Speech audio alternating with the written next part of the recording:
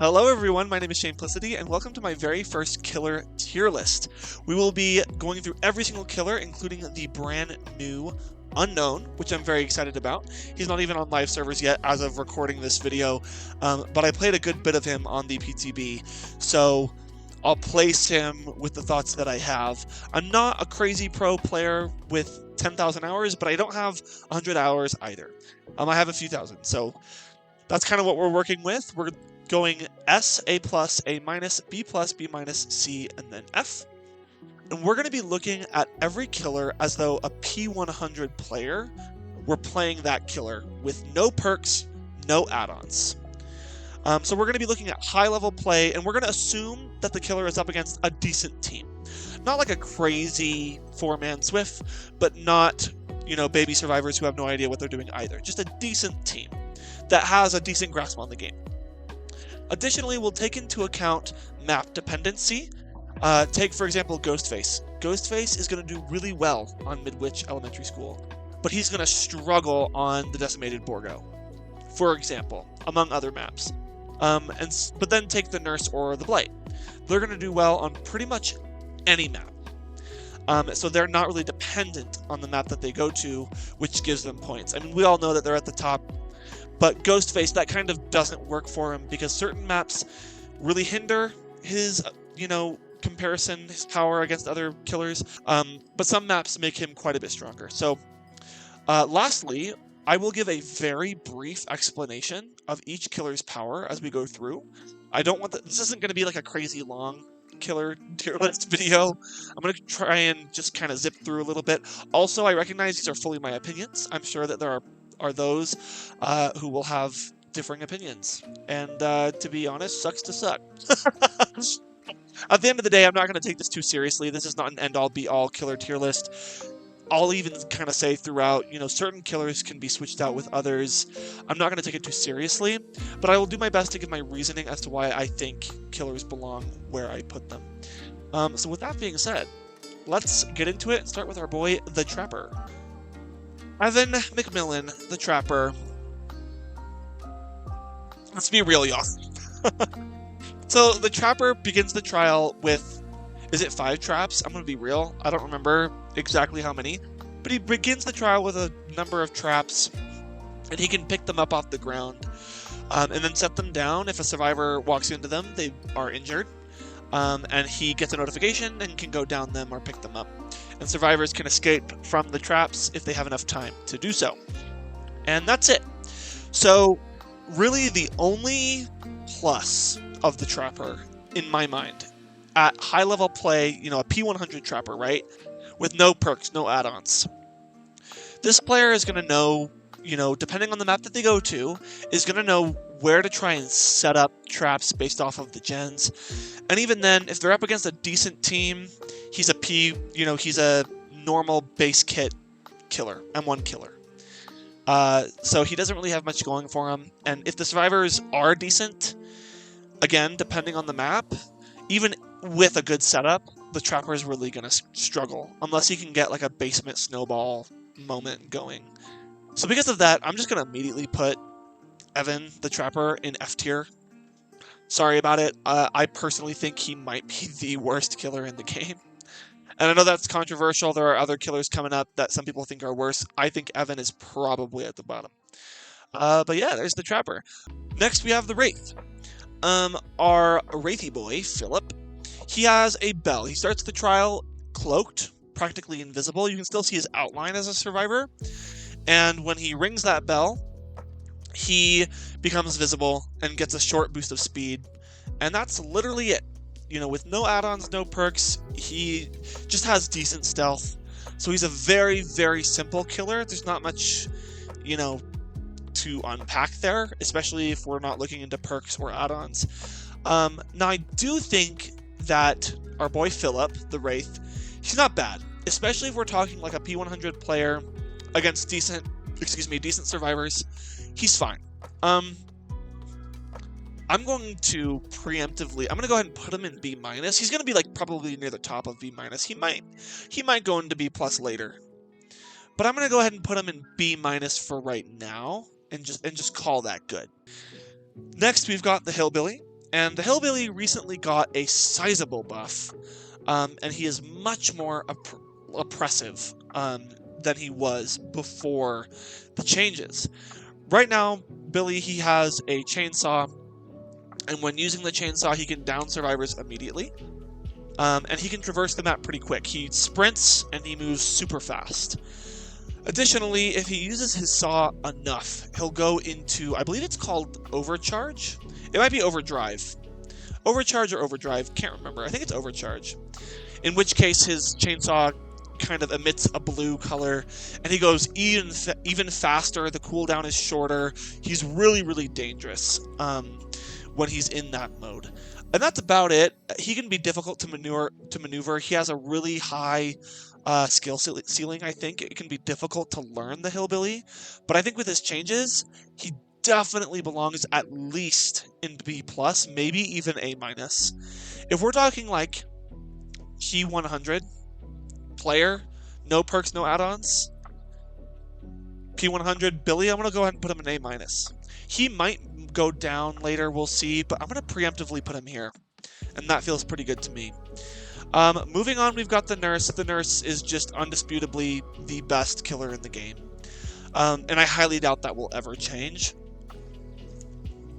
The devs are not huge fans of making killers that really even get close, because the next killer, which we'll get to later, who's also an S tier, is strong, but I don't even think that killer will ever quite reach the level that the Nurse is at. The Nurse can blink through objects. She basically teleports rather quickly. She can do it twice in a row at base kit, ignoring windows, pallets, obstacles of any kind. She has a small fatigue, but her power recharges fast enough that she easily makes up the distance that survivors may have made if she missed a previous attack. So her power is rather simple, but a P100 Nurse, even with no add-ons, no perks, easily the best killer in the game. Like, easily the best killer in the game. Next, we have Myers. Myers is in an interesting spot. I personally think he probably belongs in C tier. Some people think he is the weakest killer in the game. I don't think so. I think a Myers, especially a P100 Myers, is going to be scarier than a Trapper, and even a few other killers. But Myers has a stalking ability. When he stalks survivors, he starts the match undetectable. And he can tier up. He can tier up twice to tier 3. He begins at tier 1. Each time he tiers up, his terror radius expands, and he moves a little faster, he lunges a little farther. When he hits tier 3, he can down survivors in a single hit. Tier 3 only lasts for a short period of time, and then he has to stalk survivors again to get back up to tier 3.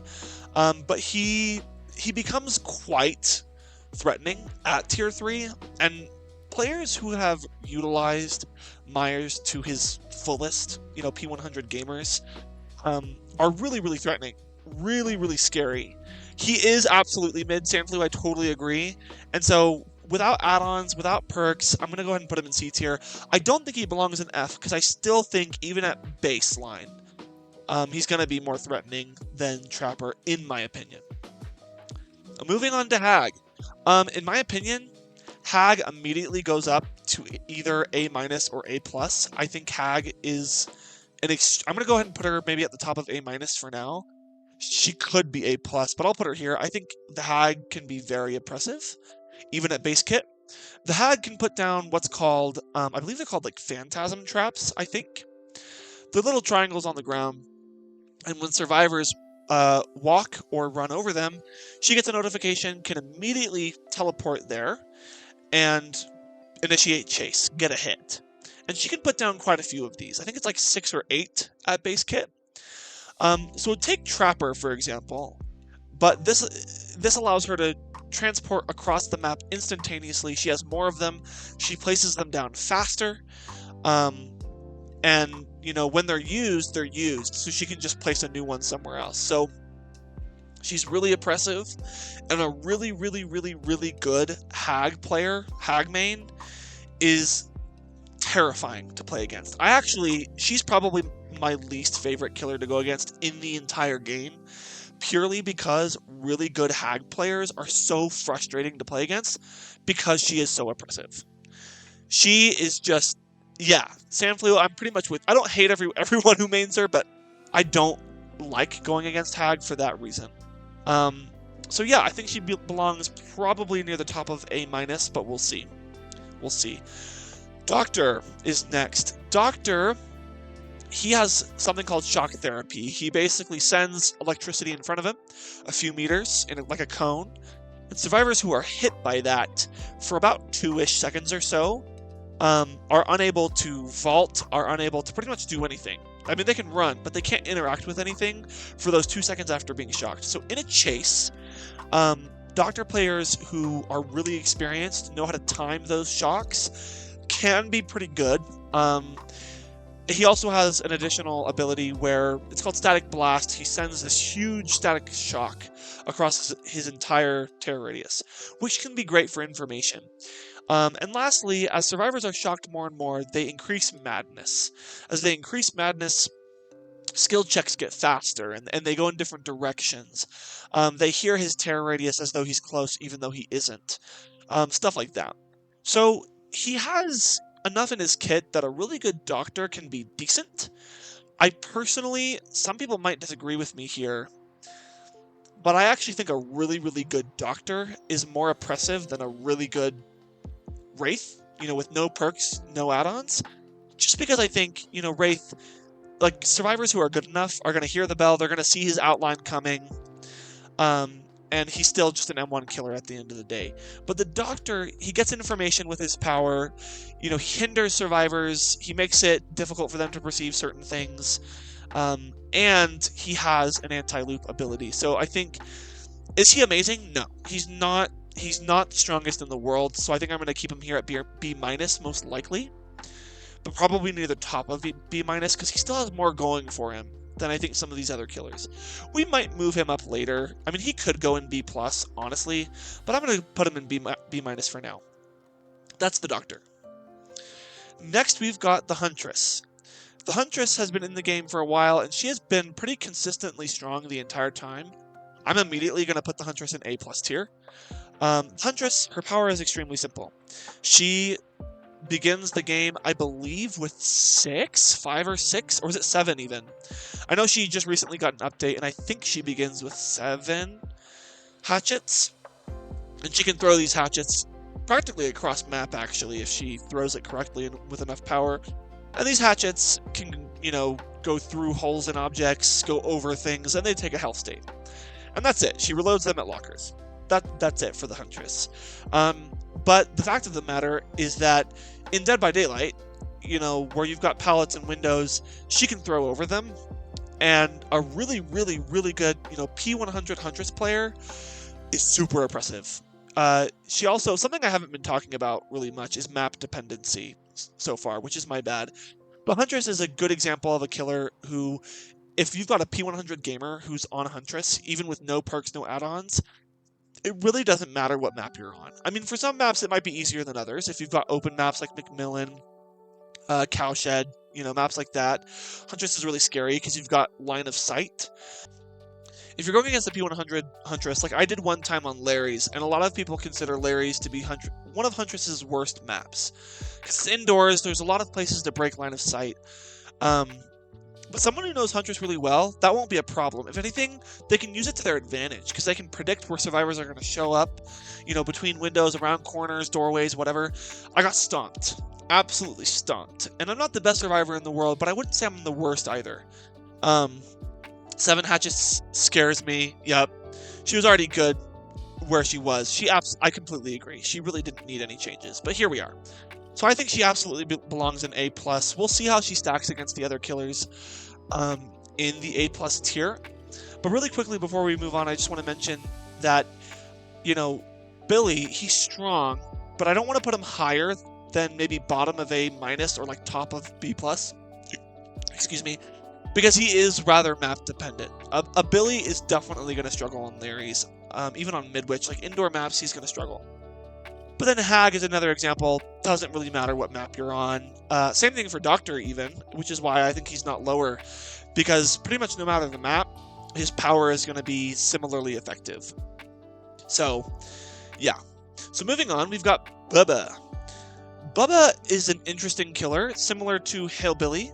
Bubba is able to use his chainsaw to down survivors immediately, but he does not move quickly. He kind of just moves his chainsaw side to side, and he can turn, unlike Hillbilly. Hillbilly can't really turn very well with his saw, but Bubba moves like normal, and he just swings his saw around.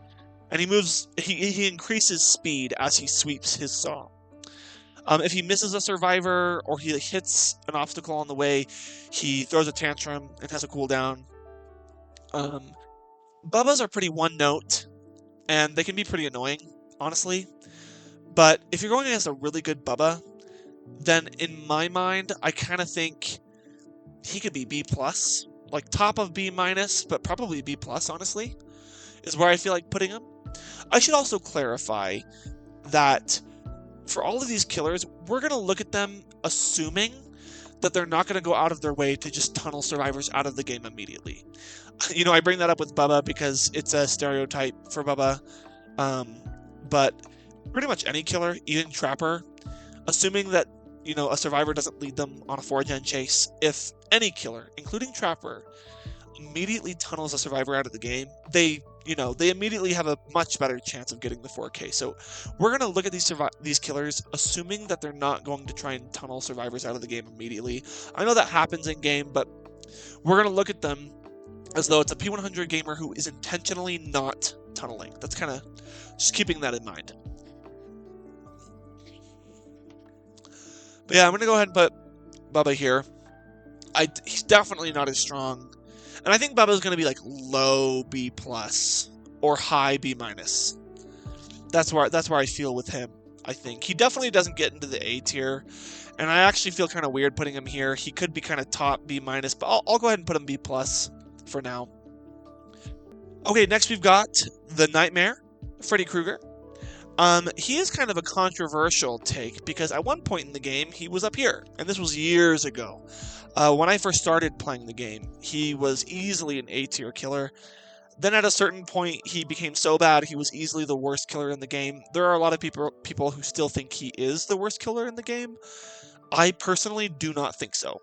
I think he's better than Trapper, just by nature of him having map pressure in a way that Trapper does not. The fact that he can teleport to gens, he also has a sort of, anti-loop ability, being able to put down dream snares and fake pallets. So it's like he has some things at his disposal, and I think if we're talking like a P100 Freddy player, honestly, he's not the worst in the game, in my opinion. He has a few things at his disposal that I think, if you're looking at a Freddy player who really knows how to utilize him, yes, he's still an M1 killer, which is why I'm not going to put him above Myers, but personally, I think a P100 Freddy is going to be more oppressive than a P100 Trapper. So I'm going to put him here at the bottom of C tier, I think. I don't know how his skill works, what happens when you're in the dream state. Oh, yeah, Nurse can worry me if she wants. Yeah, Nurse F tier, of course. Yeah, my bad, I didn't even explain his power. So yeah, basically, every survivor starts the trial with a clock, and once that clock circles around once, you fall asleep. Or if he hits you, you fall asleep. While you are asleep, you are vulnerable to dream snares, which he puts these like pools of blood on the floor. He can do it in chase. And if a survivor runs into them, they're hindered by a decent bit, allowing him to catch up to you. Another thing that you are vulnerable to if you are asleep is fake pallets, dream pallets. These are pallets that Freddy can put in places that pallets have already been destroyed, or even like totally random places. And if you're asleep, a survivor can see those fake pallets, throw them, and they're immediately destroyed. Freddy isn't stunned by them or anything like that. Survivors can wake up by finding clocks around the map, waking up, or like alarm clocks, and they wake up with that. They're not awake for very long. Or an awake survivor can wake up an asleep survivor by like snapping them awake. He can teleport to gens, which no other killer can directly do, which again is why I'm going to put him here instead of the very bottom. So yeah, I don't think he's the worst killer in the game. Sue me, but I don't think he is. So that's my boy Freddy. I'm gonna leave him here. I still think Myers is better than Freddy. Some people might disagree with me, but I think a really good Myers player is still gonna feel more threatening to me than a really good Freddy player. And so that's how I feel about that. Moving on, we've got the pig, Amanda. The pig also recently got a small change, but I'll go ahead and explain her power first. The pig, she can crouch, and while she's crouched, she moves slower, but she's also undetectable. Survivors can't hear the terror radius, and she doesn't emit a red stain. Additionally, she can ambush survivors. She basically holds the power button. She does growl, which immediately tells survivors that she's about to ambush, and then she, like, rushes them. For a couple meters. She moves a little faster than normal, and is able to get a hit off. And it's not bad. I mean, it's fine. It's whatever. Her real gimmick is that she has reverse bear traps, from the Saw movie. When she downs a survivor, I think she starts with 4 of them base kit, I think, if I'm not mistaken. When she downs a survivor, she can put a reverse bear trap on them, and any point after that, when a gen is completed, the reverse bear trap activates, and they have, I want to say it's like 60 seconds or so, until the bear trap will go off, and it kills them instantly. The survivor can go around the map and search little jigsaw boxes for the key, in order to get it off of their head. So, on paper, she has a seemingly very oppressive power, and I think she can, with a P100 gamer playing the pig against a decent team on the right map, she can be decently oppressive, but I think she still depends a lot on perks and add-ons, and for that reason, I don't think she's amazing. I'm thinking of putting her, like, top of C tier, probably, is where I feel pretty good about her. You could argue B-, especially because, again, she just got a buff where her ambush is stronger, she has a smaller cooldown on things. If she utilizes her traps really, really well, that can be really oppressive. She could go in either of these spots. I'm going to put her at the top of C tier for now, but she could move to the bottom of B-, maybe. But that's where I feel for Pig, I think. Again, looking at the conditions of P100 gamer, no perks, no add-ons, against a decent team. She's not terribly map dependent. I mean, she kind of is, but I don't think... It's like she's going to struggle just as much as... I mean, I guess she is a little map dependent. She's going to do better on Midwich than she will on Cowshed. We'll put it that way. So I'll put her here. Next, we've got Clown. Kenneth, my boy. So, this might be a controversial take here. But honestly, I think he probably goes here. And I know that some people might put him here. Or here, even. Or maybe here. I think he goes here.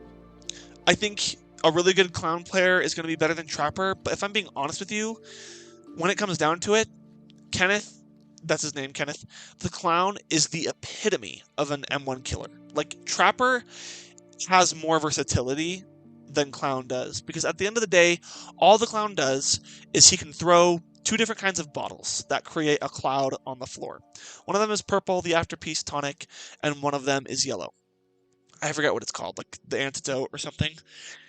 With the yellow one, there's a little delay before it activates, and then if anyone, killer or survivor, runs through it, they get a little speed boost.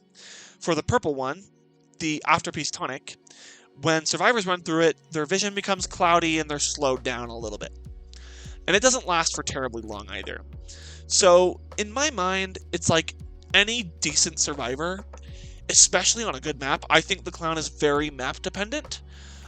If we're looking at the game, which has, that is palette hell for killers, in my opinion, if the Clown is up against decent, not even amazing, just decent survivors, he's really going to struggle. Because at the end of the day, even with his afterpiece tonic, survivors are going to reach that next palette. Like, it's going to happen. And he has no way, other than basic mind games, to do anything about it. But take Freddy, for example, or even Myers. Like take Freddy. His ability, like let's say he's in a situation like that. He's up against an awake survivor on the game, decent pallets. He is an M1 killer, so he might be struggling to catch up. If that survivor falls asleep, he can put up a fake pallet, or they might throw a fake pallet, and that screws them. He can put down a dream snare. If the chase becomes really unfruitful, you know, he's been going for 30 seconds to a minute, he can immediately drop the chase, teleport to another gen, and pick up somewhere else. You know, diversify pressure. Clown can't do that. I mean, he can just leave, but he can't do it in the same way Freddy can, or even Myers, in my opinion. I mean, a good clown can time and aim his bottles right, just like a Huntress. Yes, he can, which is dangerous if he has the iridescent, the iridescent add-on that allows him to down survivors if he hits them. But it's like if he doesn't have that add-on, actually hitting a survivor with a bottle doesn't really do anything more than them just running through the cloud that it creates.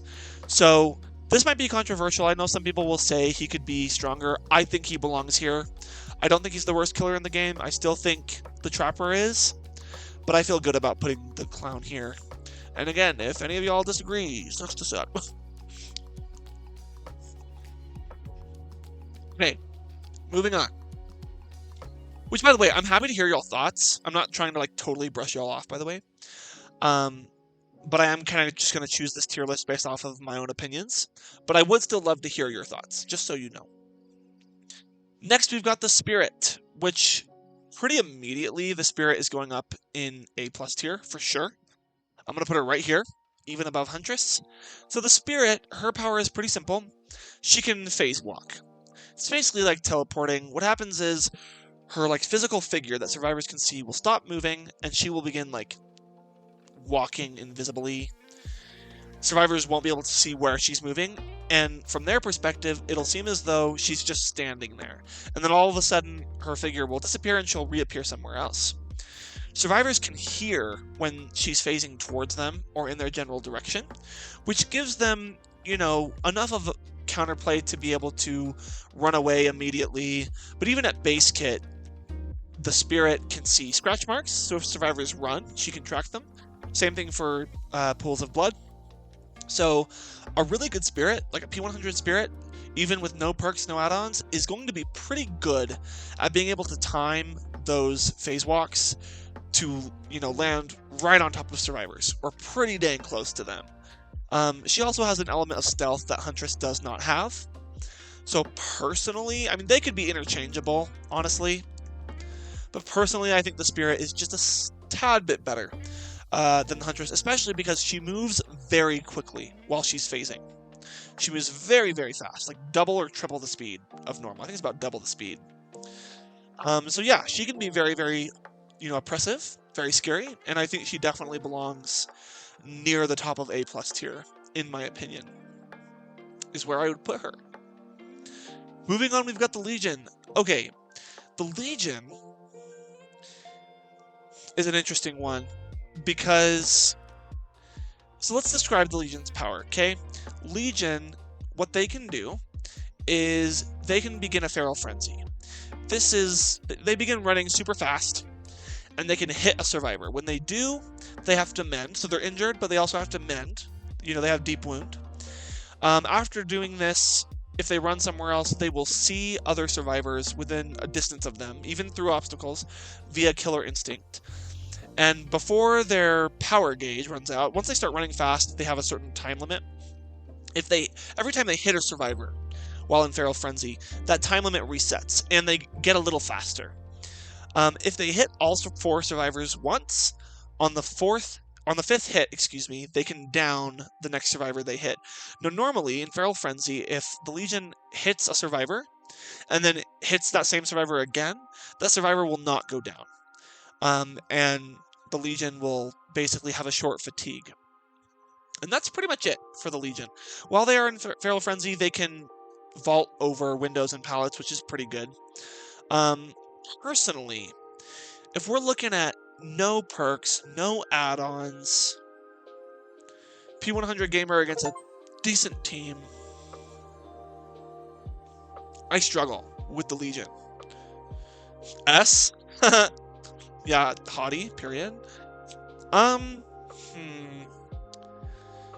Personally, again, this might be controversial, but maybe around here. I think a really good doctor, some people might disagree with this, but I think a really good doctor still feels a little more oppressive to me than a Legion does, but I think a really good Legion is going to do a little better than a Wraith. The good thing that Legion has going for them is that I don't think they're terribly map dependent because of their ability to vault over windows and pallets, which is really, really good. So take the game. You know, they might not, I mean, they'll still struggle, but I think the Doctor will do better on the game because the Doctor is going to be able to, you know, shut down small loops, stuff like that. So I'm going to go ahead and put the Legion here in B-, right in between these two. And again, we'll see if we want to move them later, but that's kind of where I'm feeling for Legion right now. Next, we've got the Plague. So the Plague is a killer that, in my opinion, is kind of slept on. I mean, I see Plagues every once in a while, but I think Plague is really freaking strong, in my opinion. Like, I would put her, like, top of A-, maybe even bottom of A+, maybe. I'm going to go ahead and put her at the top of A-. I think a really good Plague who knows what they're doing is going to be even better than both of these two. So the Plague can shoot projectile vomit at a decent distance, and when survivors are hit with that, they become sick. And after a short period of time, or if she vomits on them more, they become injured, just by nature of being sick. While they are, like, fully sick, they cannot heal. They are broken. The only way they can heal is by going up to a fountain and cleansing themselves, in which case they lose their sickness and they immediately gain their health state. You know, they're back to healthy. Now here's the thing, though. When a survivor does this at one of the fountain turns red. It becomes corrupted. Normally it's just like normal water, but if they cleanse in it, it becomes red. If the Plague goes up to one of those fountains, she can ingest it, and she gets what's called Corrupt Purge. It's the same as her previous, like, green puke that she puts out, but this time it's red, and instead of infecting survivors, it just injures them. And so when survivors cleanse against the Plague, she gains access to one of the strongest and most oppressive powers in the entire game. But if survivors choose not to cleanse, thereby denying the Plague of that Corrupt Purge power, they will stay injured the entire game. So even though she will stay basically an M1 killer, if they don't cleanse, it's basically an M1 killer versus a fully injured team, permanent for the rest of the match. So it's a damned if you do, damned if you don't type situation, and I think really, really good Plagues, take Otstarva, for example. He is a Plague main, if I'm not mistaken. He's got a P100 Plague. Extraordinarily oppressive. Not terribly map dependent. She can perform decently well on almost every map, especially if they know what they're doing. And personally, I don't feel that a really good Plague is terribly dependent on perks or add-ons either. Like, I think even just with a clean slate, a really good Plague can do quite well. So she can also infect items as well if she throws up on a window, a pallet, a locker, a gen. It will become infected for a while, and if a survivor interacts with that thing, they become infected. So she also has means of information. I think in general, the Plague is quite strong. And I think belongs here at the top of A-. I really like this spot for her. Okay. Next, we've got the Ghostface, Danny Johnson. So this one's tough because, as I mentioned before, Danny is very map dependent. The way he works is, at the beginning of the trial, he can go undetectable. Also, this music is so loud.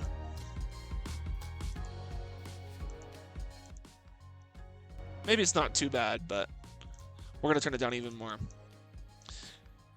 At the beginning of the trial, he can activate what's called Night Shroud.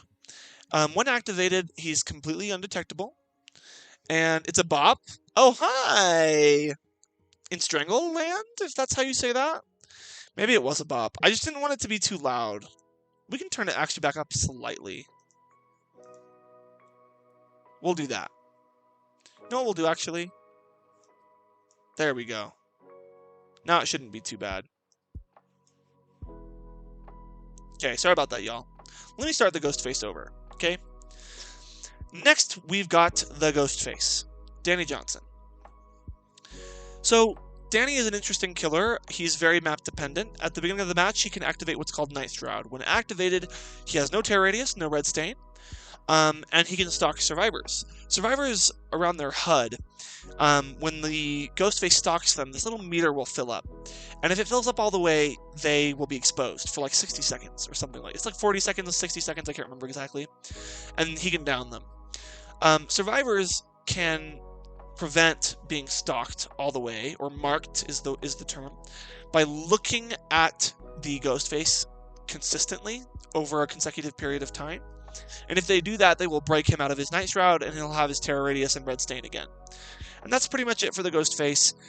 The ghost face is in an interesting position because, especially without perks, without add-ons, and on the wrong map, like if he gets sent to Decimated Borgo, he's cooked. You know what I mean? I think he's really, really going to struggle. Now, if we're talking a P100 ghost face who knows every map really well, who knows when to let go of a chase, where to stalk from, stuff like that, I don't know. Maybe bottom of B-? A part of me thinks that Wraith could be a little better than Ghostface, I think. Again, it's debatable. It kind of depends. There could be some interchangeability here. You know, Legion could be put down here. I don't know. It's hard to say. I think I might go ahead and put Ghostface here at the bottom of B-. I think the problem is that he is still just an M1 killer at the end of the day. Now, on certain maps like Larry's or Midwich, he becomes quite strong. Like on Midwich or Larry's, I would put him like top of B+, maybe even bottom of A-. But the problem is you can't always guarantee that you're going to go there. And on other maps where he can be revealed so quickly, he just becomes a M1 killer that's even worse than Clown, because he doesn't have any type of slowdown like the Clown does. So, because of his stealth and his one-shot ability, depending on the map, I think I'll go ahead and put him here. He could be higher, but I feel pretty good about putting him at the bottom of B- for now. Next, we've got the Demo Doggy, the Demogorgon. I can tell you right now, Demogorgon's going to go right here, probably near the top of B+ tier. He's kind of always been a right-in-the-middle type killer. The Demogorgon, what it can do is it can shred. Basically, shredding means that it charges up for like half a second and then lunges forward like 4 or 5 meters, quite a good distance, and will injure a survivor if it lands. It's just in a straight line. It can't turn at all, but it's pretty good. It's a pretty dang good, you know, anti-loop ability, especially if a really good gamer knows how to use it. Additionally, the Demogorgon can place down portals. Base kit, I want to say, is like 6 or something. I could be wrong about that number, don't quote me. But he can place them down, and survivors cannot see these portals or do anything with them until the Demogorgon goes into one of them and comes out another one. And then both of those portals are now visible to survivors, and survivors can seal them, which takes like 20 seconds or something like that. Maybe 30, I can't remember. I want to say like 15, 20 seconds. In which case that portal is gone for good. So the Demogorgon has, you know, decent map traversal, map pressure, not too bad. He's got decent anti-loop, you know, but there are killers that have stronger of those things. He also doesn't move terribly quickly when he traverses the map, and his traversal can be shut down by survivors who get rid of the portals. So, because of that, he's pretty much just right in the middle. You know, pretty good, not bad, but not, you know, not the worst, not the best, just pretty much right in the middle, right near the top of B+. We love a good Demo Doggy. Next, we've got the Oni. The Oni, in my mind, immediately comes up here to A+. I think at one point in time I would have put the Oni like here at the top of A+. I don't think so anymore. The Oni's ability is such that he has no power until he has injured someone. Like, no power at all. Once he's injured someone, he collects their blood. And once he's collected enough blood, his power gauge is full. He can activate, it's like Demon Fury, I think is what it's called. I could be wrong, but I think that's what it's called. And in the state, he can move at a similar speed that the Hillbilly does with his saw. But he can turn, maybe even a little bit more, and he can down survivors immediately with his Cannibal. I think that's how you say it. Maybe I'm saying it wrong, don't sue me. But, and he can do this multiple times. It's pretty oppressive, it's pretty good. I think, in my mind, because of the map traversal, the ability to down survivors pretty immediately with better precision than Hillbilly, I think he belongs in A+, I think. I don't think he's quite as good as Huntress and Spirit, and the reason I would say so is because I think it is easier to counter even a really good Oni. And one of the ways to do that, even if he doesn't have any perks or anything, is to do everything in your power to avoid that first hit. Because there is no perk in the game that gets rid of your terror radius at the beginning of the trial. And so because of that, if survivors are coordinated and they know what they're doing, the moment you hear the terror radius, you're running, you're off. Like, giving the Oni no, feasible, easy way to get that first hit is one of the best ways to counter the Oni. And even when he does have his power, it's not impossible to dodge one of his, immediate downed hits. And he doesn't stay in it forever. So I think he's really, really good, but I think a really good Huntress and a really good Spirit still feels more oppressive to me. I also think, unlike Huntress and Spirit, Oni is slightly more map dependent. I think Oni is going to struggle a bit more on Larry's in the game, maps like that, unlike these two, and of course the Nurse. But even with that said, he's still going to perform better than pretty much anyone else that we all have on the list so far, so I feel good about putting the Oni here. Next, we've got the Deathslinger. He definitely is going to go in the B+ tier. We'll see about where, but the Deathslinger, he has like a harpoon gun, and he can shoot survivors. It's like, what, up to like 12 meters away or something like that? I think that's the distance. Don't quote me, I could be wrong. Maybe it's 10, maybe it's 8, maybe it's 14, I don't know. Either way, he can shoot survivors, and if he gets them, they're harpooned, they're caught on it, he can reel them in, injure them, and if he does that, they also have deep wounds, which is pretty good. A really good death, and that's pretty much it to his power. He reloads it, can shoot again. That's pretty much it, but I think a really good Deathslinger who knows how to get those good shots, especially like those gimmicky shots, like through Shack and, stuff like that. I think a really good Deathslinger isn't going to be too map dependent. Like, a good Deathslinger is going to know where the right shots are. For that reason, I think I'm going to put him probably here. I think a good Deathslinger is going to feel more oppressive than a good Bubba, but I don't think he has quite as many options as a good Demogorgon has. Praying you guys lots of luck in figures and merchandise you want. No long wait or queues too. Thank you, Rob. I appreciate that. We're going at like the busiest time of the year, end of March, beginning of April, so it's going to be freaking packed. But I appreciate that. Also, hello, 9 of you in here chilling. Thank you so much for hanging out. I really appreciate it while we continue through this tier list. The next killer is my favorite. We are now on my main, Pyramid Head. I'm going to do my best to get rid of any bias here. But again, for anyone joining, I really should have commented and pinned kind of all the conditions that we're going at here, but I'll just remind everyone, if anyone wasn't here at the beginning. We're looking at all of these killers as though a P100 player was playing them, no perks, no add-ons, against a decent team. Not like a crazy Comp Swift team, not a baby team, a decent team. And we'll be considering, are they map dependent or not as well. So high level play for the most part, no perks, no add-ons. Executioner. In my opinion, the Executioner, especially as a Pyramid Head main, I don't think he belongs in A+. I think he's strong. Definitely A-. I'm thinking maybe here. Maybe right below the Hag. It could be debatable. Some people could say he's better than Hag. I honestly am not sure. I think Hag... It's hard to say. So let me explain the Pyramid Head's power. So Pyramid Head can draw these trails in the ground of like barbed wire and death. And when survivors walk through them, he gets killer instinct, he knows where they are, and they become tormented. If he downs that survivor while they're tormented, he can send them to a Cage of Atonement, which spawns somewhere random on the map. He cannot see its aura, and it acts as a hook.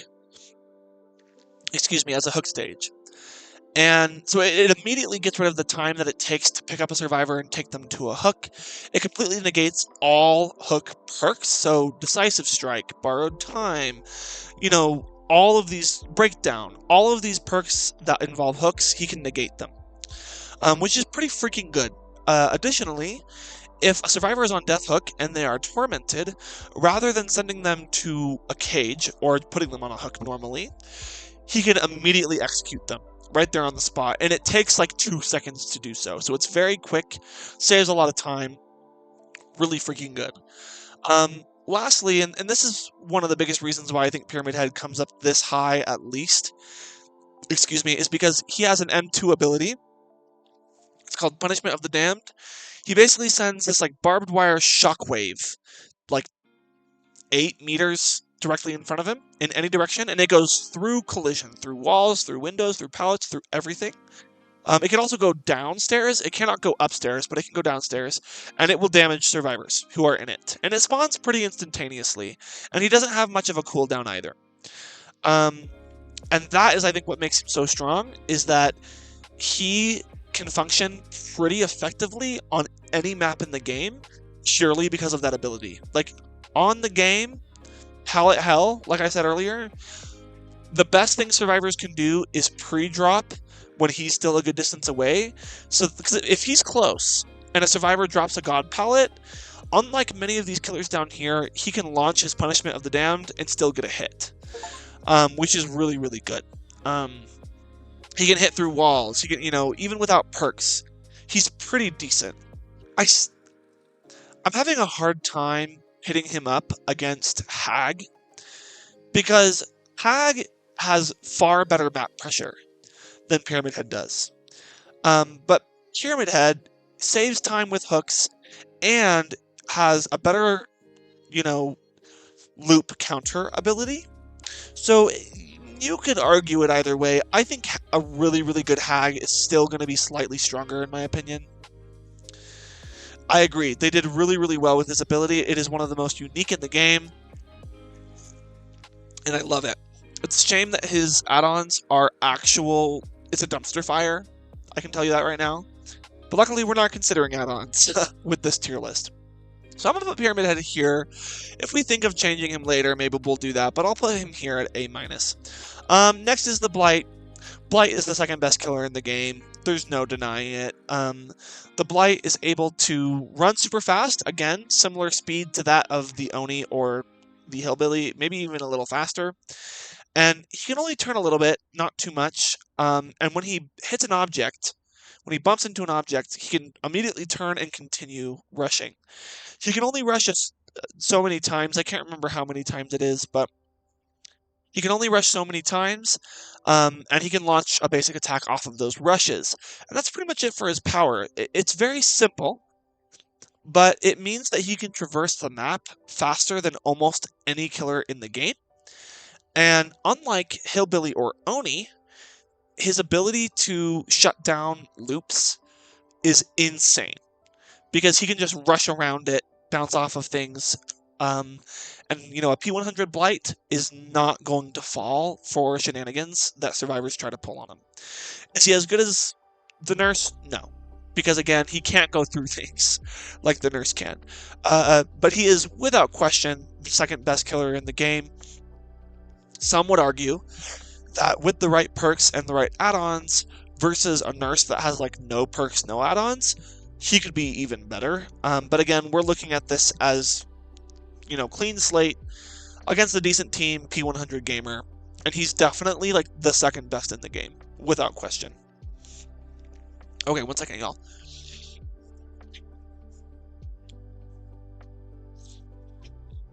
Okay, sorry. Okay, moving on. Let me check something. Okay, yeah, we're good on time. Okay, moving on. Next, we have the twins, Charlotte and Victor. Charlotte and Victor, you know, they are the least played killers in the game. But personally, I kind of feel like they're really not bad, to be honest. In fact, a lot of people will say that they could be like A-, which they could be. Right now, I'm going to go ahead and put twins at the top of B+. The twins' power is very simple. Charlotte sends out Victor, this little alien thing here, and he moves pretty quickly. He doesn't have a terror radius. Survivors can hear him as he's running around a little bit, but he doesn't have a terror radius. Charlotte becomes undetectable. She kind of just stands there, and he can pounce pretty far. When he does, he lashes onto a survivor. They become injured, and Charlotte wakes up, and you control Charlotte, and you can see where Victor is, and then you can go and try and commit to the down. Now, unfortunately, Charlotte is pretty buggy, which is why a lot of people don't play her. And on top of that, the twins' play style kind of promotes this idea of slugging, because Victor is the strong part of it. Charlotte doesn't have any unique abilities. She's just an M1 killer. That's all she is. And so, you know, a lot of players will use Victor to down a survivor. It's like if a survivor's already injured, instead of latching onto them, he will just down them if he gets a pounce onto them, and he will continue running around. So if you've got multiple survivors injured, a lot of twins players will slug one to try and get another. Which, even though a lot of people consider that to be very annoying, it is very effective. It's quite strong. And so, in my mind, with buffed Billy, I don't think she quite gets here. I'm going to put her here at the top of B+. But I think a really good twins player is going to be scarier than any of these three. Personally, I think. Again, it kind of depends, I think. Excuse me. I do think the twins can be somewhat map dependent. Certain maps, again, they're going to do better than others, but they're not as map dependent as Ghostface. Or Pig, let's say. You know what I mean? Or Clown, even better. So I feel pretty good about putting twins here. Again, maybe we'll move them later, but I feel pretty good about this placement, and we'll go ahead and stick to that. Okay, not too many left. We've got the Trickster. Okay, I'm just going to start this off by saying I literally have played the Trickster once in my life. And here's the thing. Is he hot? Yes. Is his playstyle my thing? No. I do not enjoy playing Trickster pretty much at all, and I don't enjoy going against him either. I'm not a fan of the Trickster's design in terms of mechanics. And that's just me. I know that there are plenty of people who love him. I know a lot of people who do love him really hate his newest change, in which he was pretty severely nerfed.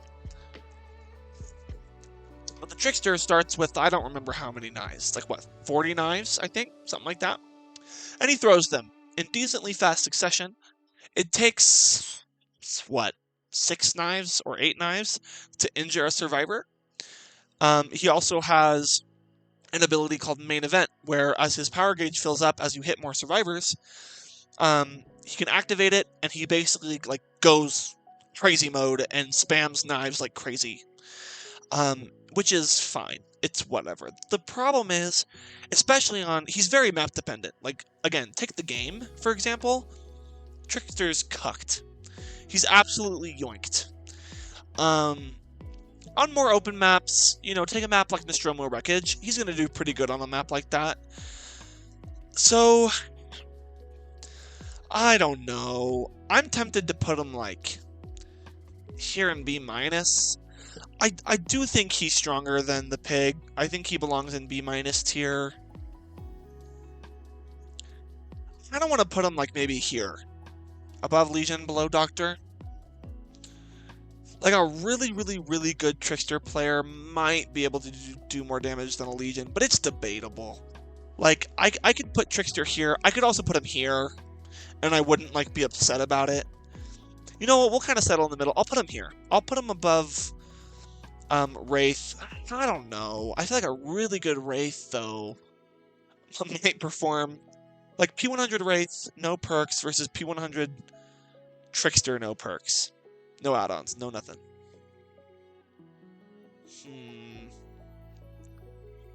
I'll give it to... It's tough. I know some people will disagree with me, but I'll give it to Trickster. I think his ability to have more distance... I don't know. It's tough.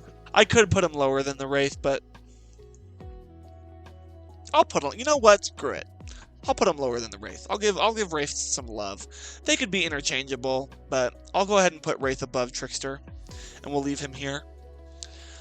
Next we've got the Nemesis, which again, I think is a pretty, like, middle ground killer. The Nemesis, his power is pretty simple.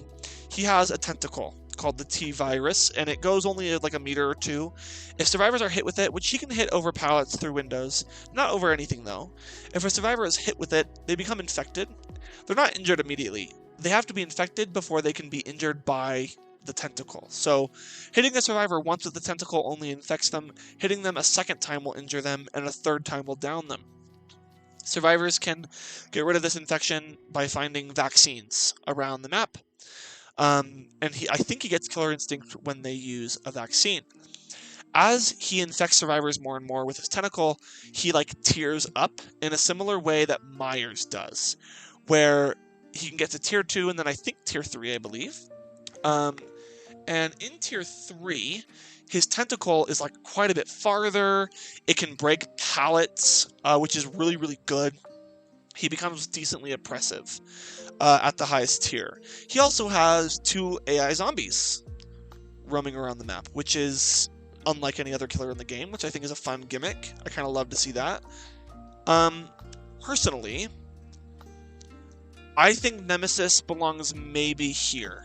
He could be below the Deathslinger, honestly, but I'm gonna put him here.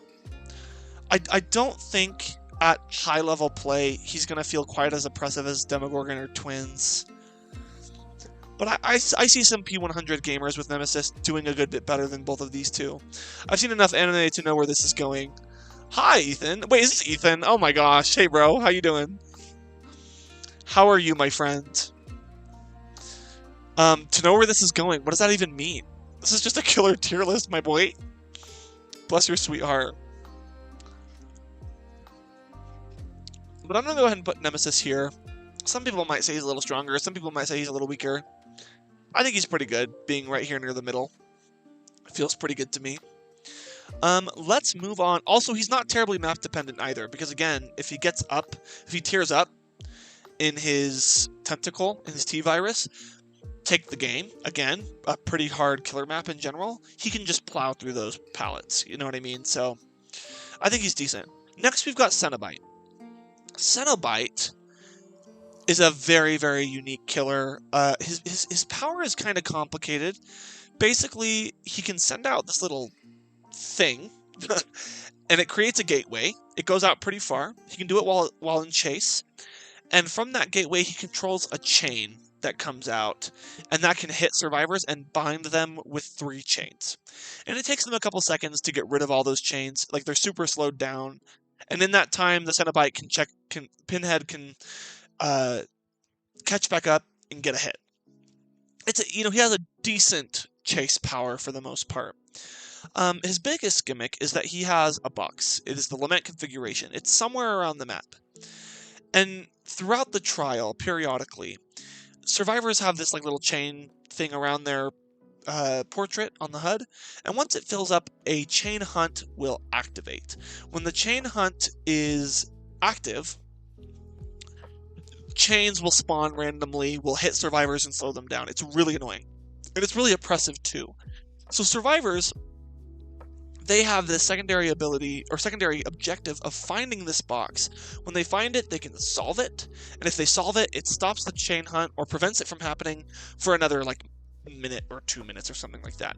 The last gimmick that Pinhead has is that while a survivor is solving the limit configuration, which takes a couple seconds, he can teleport to them. they will still stop the chain hunt, but the kind of the give and take is, you know, they stop the chain hunt, but now Pinhead's on top of them, you know, initiating chase. I think a really good Pinhead is not terribly map dependent. I think he can do pretty well on most maps, and I think he's pretty oppressive. I personally would put him in the A- tier, I think. Personally, some people would disagree. I think I'll put him here.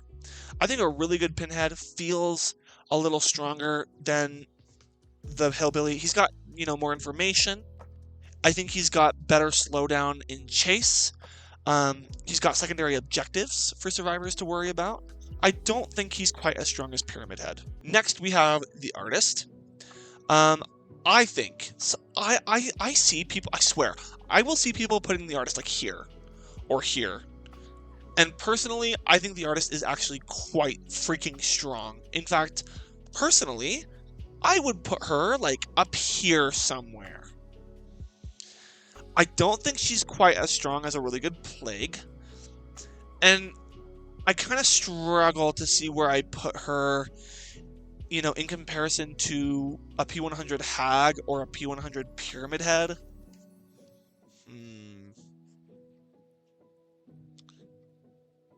It's tough. But honestly, and again, some people might disagree with me, I kind of want to put her here. And the reason for that, so this is what the Artist can do. She has these crows that she can set up. They're like these big crow heads. And she can set up 3 at a time, kind of in quick succession. And what they do is, when she launches them, they fly super fast across the map in a span of like 3 or 4 seconds, okay? 2, 3, 4 seconds. They go through obstacles, through anything, they go across the entire map. If a survivor is hit by one of these crows in close proximity, they're immediately just injured. Immediately injured.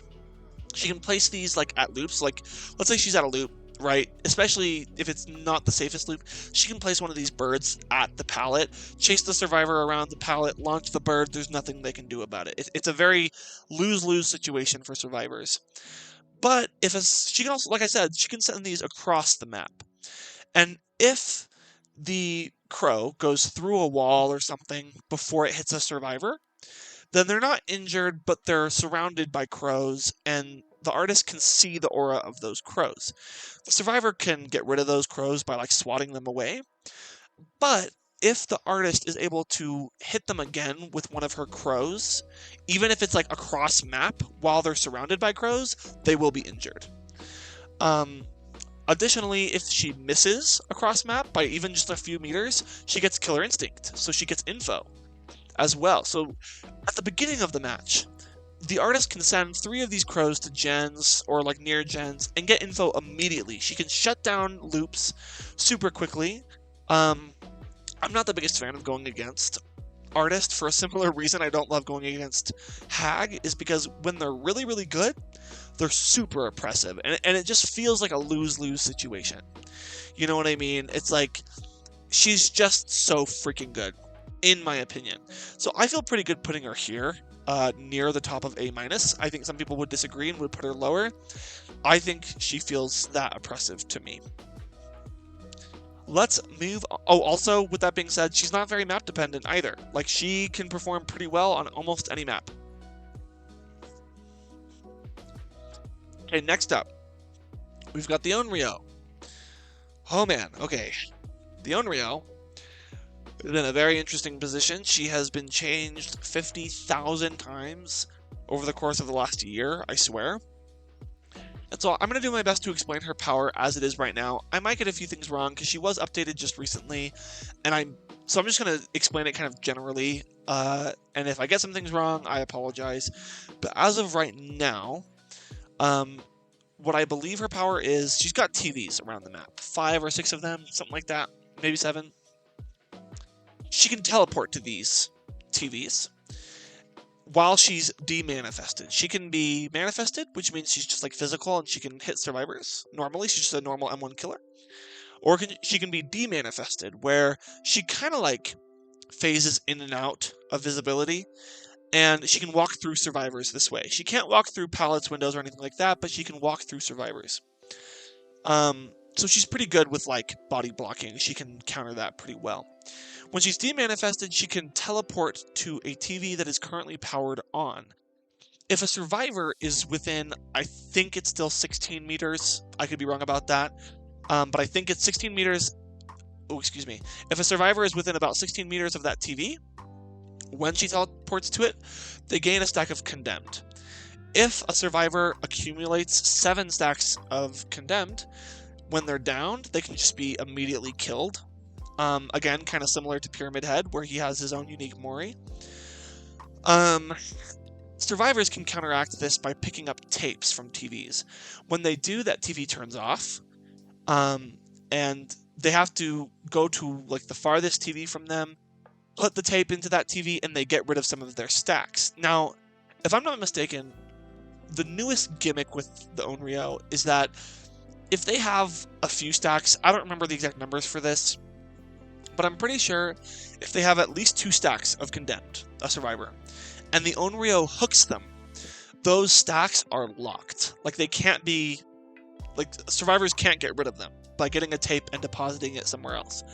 So survivors, if they're like, you know, if they're getting a lot of Condemned by being near these TVs when she teleports, they have to be really careful if they're hooked because their Condemned will get locked in. Now, as for her placement, this is tough because, I mean, we're looking at, you know, like One Pump Willie. I don't know if y'all know who that is. He's a really well-known Onryo streamer. He's a P100 Onryo main. He's a really good example of someone who has like mastered the Onryo, and he's very oppressive. And I mean, he shows her off pretty well. I have a hard time putting her up here into B+. I do think she's around this range, though. I think a really good Onryo player, you know, knowing when to teleport, when not to, knowing when to be demanifested, when not to, you know, when to hook. Like, there's a lot of decisions that Onryo players have to make, like, throughout the game. They have to be really on top of making decisions, or they're going to get steamrolled. But, like, One Pump Willie, he's a great example of showing that making the right decisions with her at the right times makes her very oppressive. So if we're going to go with that, I kind of want to put her like around here-ish, honestly, because I think she's quite viable if she is utilized correctly. If a player is not utilizing her well, not making the best decisions, then she falls down to like here. But I think when used well, even without any perks, I feel decent about putting her maybe about here. Sue me for that if y'all disagree, but that's how I feel. So I think that's what I'm going to go for. Okay, 1, 2, 3, 4, 5, 6, 7, 8 killers left. We're getting there. Okay, we've got the Dredge. The Dredge has a very interesting power. He can teleport to lockers around the map. And it takes him a couple seconds.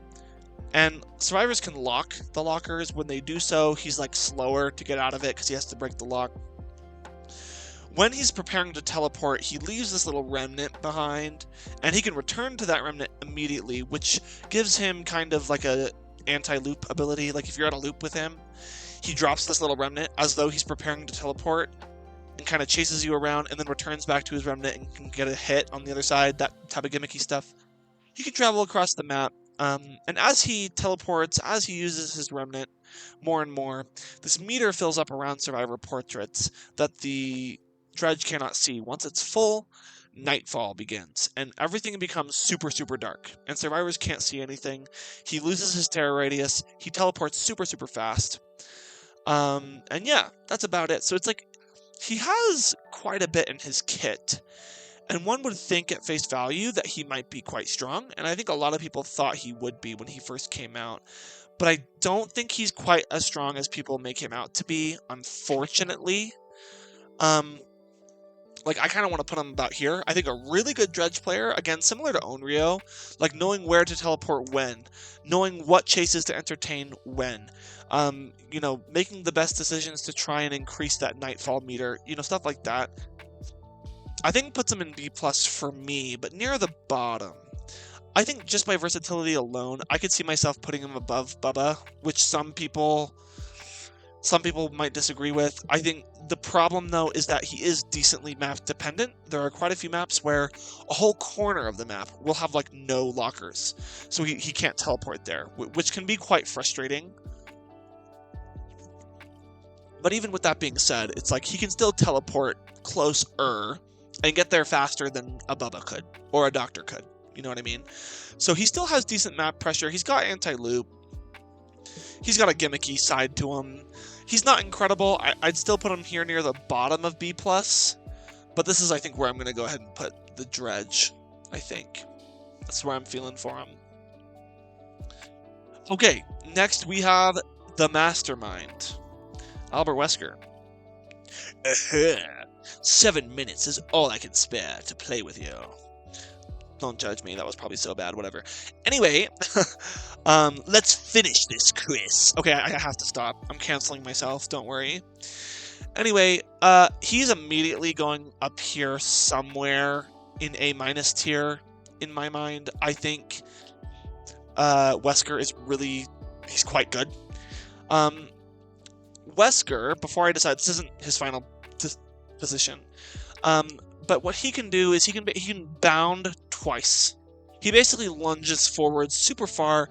His first lunge is a similar distance to that of a Demogorgon shred, but then he can lunge a second time immediately after, which is quite a bit farther. If he hits a survivor with one of these, he will slam them into an object or throw them into an object. If there's like nothing in front of him when he catches them, he'll just throw them and they don't get any damage. But when he catches them this way, they become infected with the Ouroboros virus. If a healthy survivor is fully infected, this infection will increase over time. And if it gets all the way, their portrait is like surrounded in red. And if a survivor is hit by one of these bounds, while they're fully infected, he will immediately just pick them up. He won't even injure them. So it's like an immediate down, pretty much. His power is pretty good for map traversal. He can zoom across the map pretty fast. It's really good for anti-looping, especially if the player really knows what they're doing with him. And survivors can get rid of their infection by finding these sprays around the map, spraying themselves, and he gets notifications when they do so. So that's about it for his power. I think he's quite strong. I think a really good Wesker,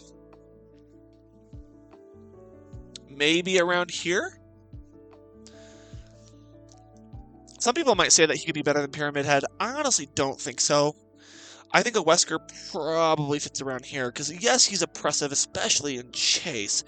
But like, you know, I think Pyramid Head has a bit more versatility. You know, he completely negates all kinds of hook perks. He can hit through collision. Wesker cannot. You know, I think it's close, but I would put Wesker about here, I think.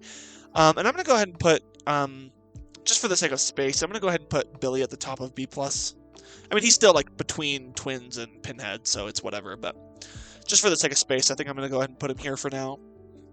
Especially because some of these other killers are going to be going up here. I'll just put it to you straight. Okay, so that's what I feel about Wesker. He's not terribly map dependent. I mean, he does pretty well on most maps. I mean, some maps he might struggle a little more than others, but all in all, he's a pretty well-balanced killer, and he's decently strong, especially in the right hands. Next is the Knight. The Knight is an interesting one. I feel similar to Knight as I do, like, maybe Nemesis, like similar power scaling there. So the Knight can send out these guards. He can send them out pretty far, and when he sends them out, they spawn and they have a radius around them, and they walk along the track that you kind of sent them out on. And if a survivor is seen within that radius, the guard will begin to chase them. And the guard, if the guard catches up to the survivor, will land a health state, which is pretty good. There's 3 different guards. They have different, you know, pros and cons. I'm not going to go over those right now. But it makes the Knight pretty dang effective, and for a lot of people quite annoying in chase. I actually don't mind going against a Knight. I think he's quite fun, personally. Is he the best in the game? No. Is he the worst? Definitely not. Once again, I think he's in this range somewhere. Like, I feel similar to Nemesis. Like, I think he's somewhere around here, maybe? I mean, he's an M1 killer, aside from the fact that he can, like, send out a guard mid-chase, so then now you've got two things chasing the survivor, which is pretty good. But I'm not sure that a really good Knight is going to do a whole lot better than a really good Nemesis. I think it's really, really close, though. It's really close. I could see myself putting Knight above Nemesis, maybe just barely. Like, just slightly, maybe. Yeah, it's hard to say, but I think base kit, I'm going to put Knight here, just above Nemesis. He's not terribly map dependent. I mean, he's an M1 killer, but his guards will chase through whatever, no matter what map it is, so his guards can also break gens and pallets, so he's not terribly map dependent. I feel pretty good about the spot. Again, for the sake of space, I'm going to move Bubba here to the top of B-, just to keep things looking a little smooth. And we'll put Ghostface at the top of C as well. Yeah, there we go. Okay, 5 killers left. 5 killers left. Skull Merchant. So, a very controversial killer for valid reasons. She received, oh my goodness, she received a rework not long ago. It was a much needed rework. She is significantly less painful to play against now than she was before. Granted, a lot of people, including myself, admittedly, don't love playing against Skull Merchant. She's still not the most enjoyable killer in the world. But even if she's not enjoyable, she's decently strong. Like, she's not weak. I don't think she's the strongest killer, though. Like, she's not the strongest, she's not the weakest. She's in either B+ or B-, I think. Let me explain her powers. So she has, I think, 4, 5, 6, one of those drones at the start of the trial. When she lets one of those drones go, it'll hover in the air and it has this radius. And when survivors run into that radius, if they're scanned by it successfully, the Skull Merchant can see on a little device that she has, like she can see their position, basically, while they're being scanned by that radius. If a survivor is scanned 3 times by one of these drones, then they are injured, and they receive a claw trap. While they have a claw trap on, which it dies after a little while, it stays on for like 30 seconds or something, but while they have a claw trap, anytime the Skull Merchant pulls up her little tracking device, she can see exactly where you are, which is pretty good. So survivors have to be pretty wary of these drones. Now, these drones can be hacked by survivors, and it basically disables them for a short time. But additionally, survivors, if they just stand still, or if they're working on a gen, not moving, and there's a drone right next to them, the drone will not detect them. Previously, before her rehaul, drones would detect survivors, even if they weren't moving, and so there were other things wrong with her too, but personally, I think she might be like top of B-. Because here's the thing, I think a lot of survivors hate going against her, and they might put her higher, but I think that's because a lot of survivors still are confused about playing against the Skull Merchant. Like, in a lot of games that I play, survivors, will go out of their way to disable every drone they see, or like they feel like they don't know how the drones work. If you understand how the drones work, you can play around it. Take, for example, if you're at a gen, there's a drone there, right? It's active. You're sitting on the gen, working on it. The drone's not scanning you because you're not moving. What oftentimes survivors will do is they will disable that drone and then start working on the gen. By doing so, when the Skull Merchant checks her drones, she will be able to see that that drone has been disabled. Now, granted, she might not know that a survivor is literally right there, but she knows, okay, a survivor disabled that drone probably not long ago. It's right by a gen. I'm going to head over there because there's probably a survivor there who disabled my drone.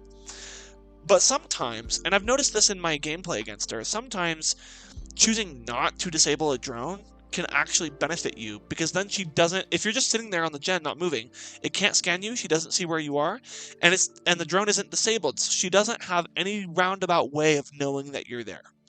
As far as she's concerned, there's just a passive drone not picking up anything at that gen. So to me, she's not the strongest in the world. She's not the weakest. I'd put her around here, maybe top a B-. Some people might say she's stronger, but this feels pretty good to me.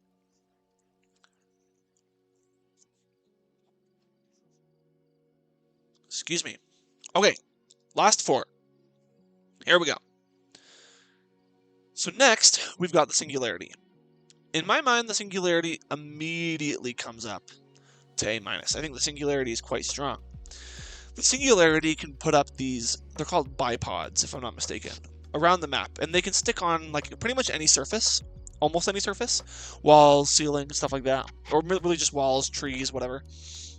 And he can basically look through these pods.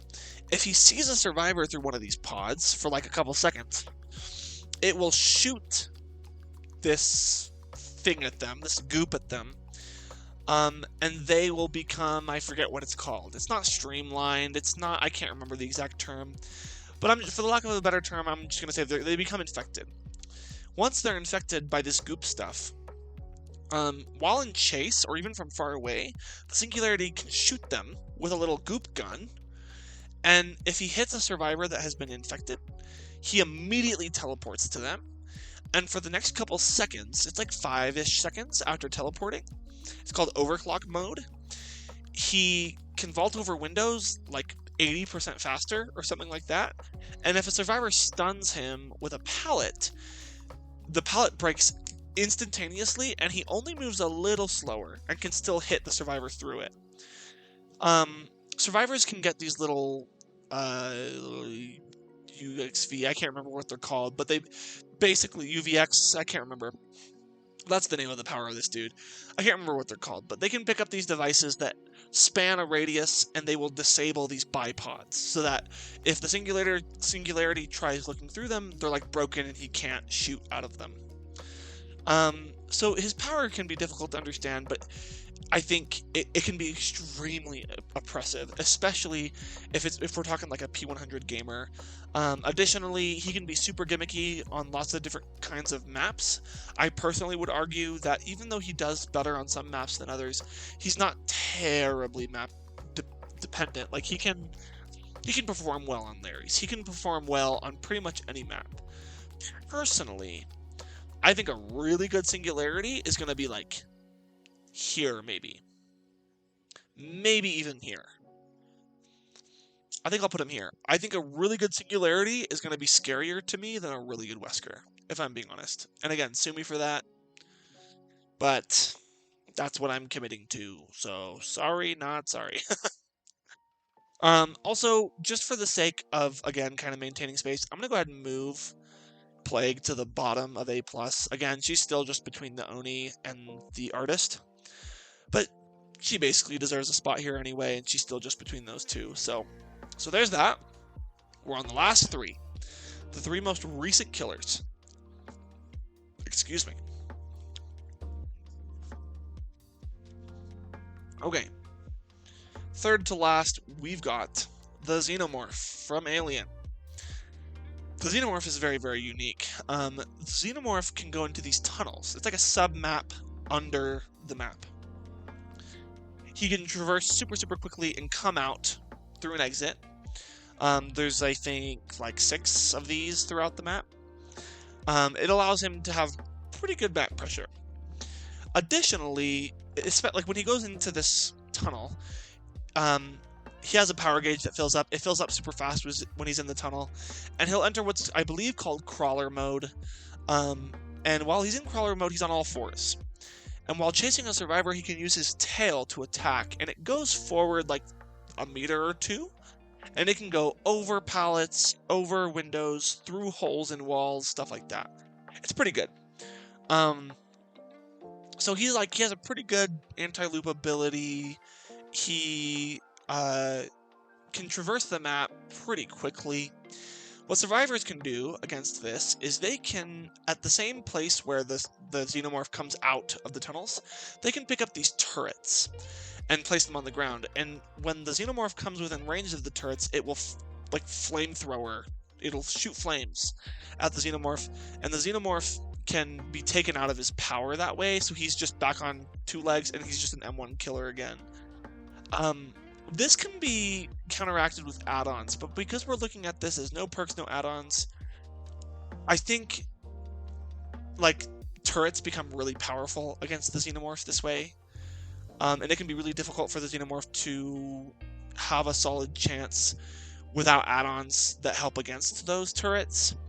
So for me, he's strong, and I think a really, really good Xenomorph can still feel more oppressive than a Billy, maybe. So I think I'm going to put him at the bottom of A- for now. But I don't think he's quite stronger than anyone else here.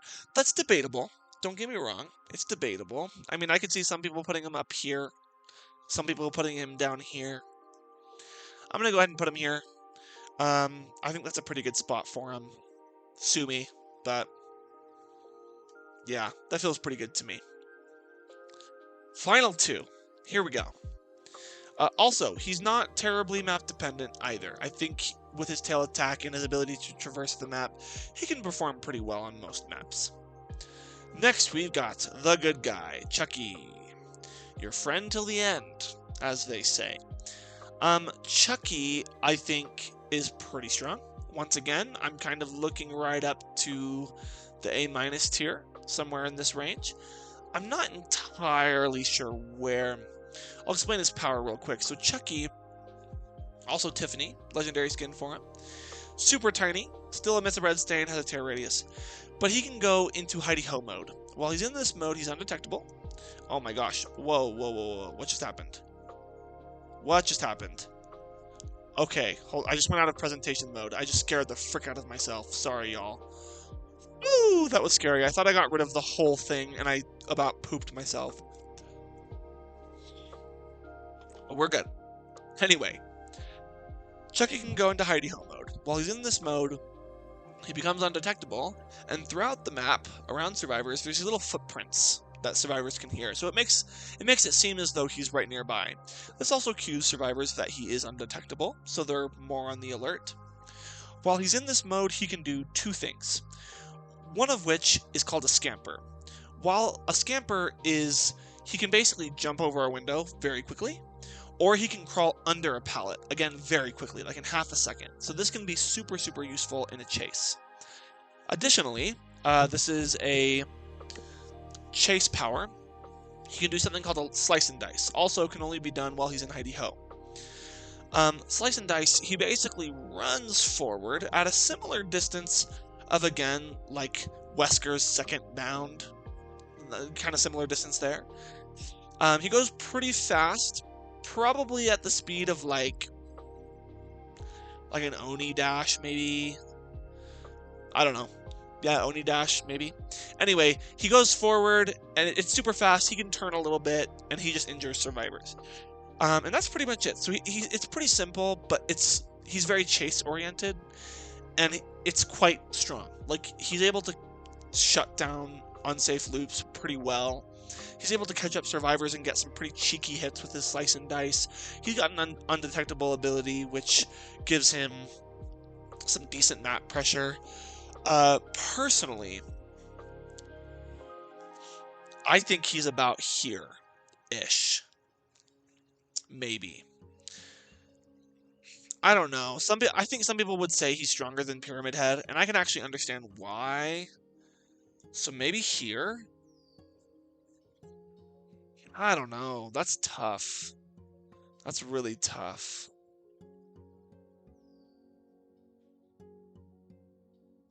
No, this feels pretty good, actually. That's not half bad. That's not half bad. We'll go ahead and put Artist here again, just to conserve space, make it look a little clean. Yeah, that feels pretty good to me, honestly. I think the good guy, he's really good, especially if you're going up against like a really good Chucky player. Like, they know what they're doing. They know the maps. They know, you know, when to do a slice and dice, when to do a scamper, all those types of things. So I think he's pretty good. Also, not terribly map dependent. I think Chucky can be pretty oppressive on almost any map in the game. Again, because he can go under pallets, over windows. He can cover distance pretty quickly. He's undetectable. He's pretty freaking good. I think this is a good spot for him. Part of me wants to put him even above Hag. Maybe.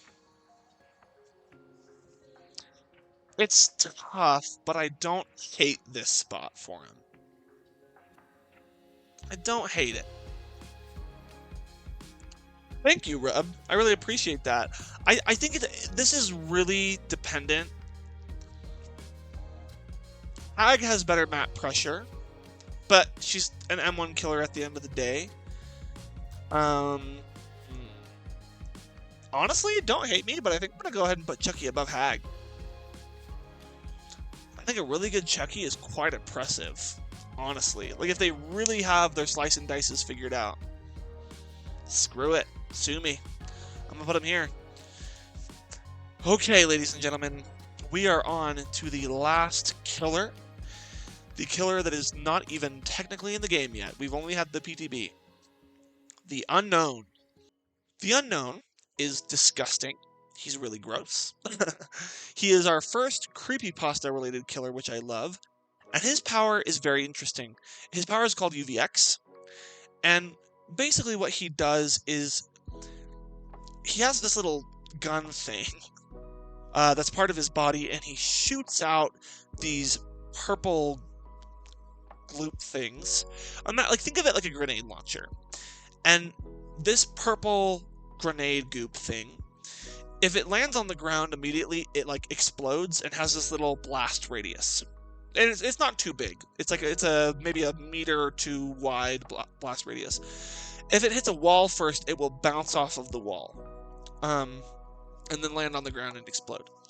Similar to Nemesis, when the Unknown hits a survivor with this goop blast thing, and let it be known, this goop thing can go through survivors and land beyond them, and that does not inflict them with the weakened status effect, is what it's called. The survivor has to be in the blast radius when it explodes, when it hits the ground. If a survivor is in that radius, they become weakened. And this weakened status effect is effectively the same thing as being infected by the Nemesis' T-virus. When a survivor becomes weakened initially, nothing really happens. I mean, they're hindered for a second, but they're not injured. They just keep going. And then similar to Nemesis, if the Unknown hits them with that blast radius again, they become injured. And then again, a third time downed. So similar to Nemesis in that way, but I think that his little gloop thing is more powerful than Nemesis's whip, because it's got way more range, it can bounce off walls, it's got a bigger radius. And then the last part of his power is what I think makes him very, very strong, in my opinion, or quite strong. He will periodically leave behind hallucinations. Think of like a doctor hallucination, but instead of just appearing next to a survivor, the way it works is, like when you're playing the Unknown, you have this little gauge on the side of your screen, and when it fills up all the way to the top of your screen, he just drops it behind him, like as he's walking. And he can leave 3 of them, I believe. Maybe 4. It's 3 or 4. I can't remember at base kit. I think it's 3, but it could be 4. And when they're activated, they have a small cooldown, but when they're activated, he can immediately teleport to one of them. Like, just looking at it, he can teleport to it. And when I say immediately, I mean immediately. It is the fastest teleport in the game by far. Like, by far. The second fastest is probably Dredge when he's in his Nightfall. He can go across the map in like 2 seconds. This thing, in like half a second, cross the map to one of his hallucinations. And the hallucination remains there. Now, what survivors can do is, whether a hallucination is active or not, a survivor can walk up to it and they can dispel it, which basically gets rid of the hallucination. And that basically puts another hallucination in the Unknown's tank, if you will. Like, he can spawn another one. He can only ever have 3 or 4 on the map at a time. but it means that he has insane map pressure, and he has pretty good anti-loop ability with his UVX as well. So in my mind, so that's the Mori, that's the unknown, and in my mind, he might be changed a little bit when he comes to live servers on the 12th of March. In my mind, he belongs at least here, at the top of B+. As of right now, I think there's a chance he can honestly be higher. I doubt he'll be much lower than this, and I think the reason for that is because we've only seen so much displayed of this thing, and even at a very basic level, like we've never seen a P100 unknown player who knows exactly when to teleport, exactly how to use the little purple glue grenade things. Like, we don't know what he looks like at high level play, and at just mid-level play, he already feels really, really good. You know, like at least top of B+ tier. So what I'm gonna do, he could sit here at the bottom of A-. I'm gonna go ahead and put him at the top of B+, but I'm going to anticipate that down the road, I'm going to make a prediction. My prediction is that down the road, he will sit, like, here. Maybe even here. It's hard to say. It's like, take Nemesis combined with Hag. You know what I mean? And Dredge, even. Like, Nemesis, Dredge, and Hag all combined and had a disgusting love child that was this abomination. And that's what this is. And I think that when we really see what his potential is, he could be like up here. I'm going to put him here for now though, just based off of what we've seen, knowing that he could go higher. So yeah, there we have it. There we have it, everybody. Ladies and gentlemen, thank you so much for watching. I know I said this was going to be short, and my stream at least has been going for 2 hours. Hopefully the YouTube video is not that long. I'll be cutting some things out. But this was really fun to do. I just want to remind everyone that this tier list was done looking at, you know, like a P100 gamer is playing this killer with no perks, no add-ons, considering different maps against a decent team. Additionally, this is my opinion. You might have a very different opinion. And think that Trapper is somewhere in B+ tier. If you do, bless your soul. But my point is, this is my opinion. You are welcome to disagree. I'd be happy to hear your thoughts in the comments. And again, thank you so much for watching. Everyone watching on YouTube, have courage and be kind. And I will see you in the next one. Peace out.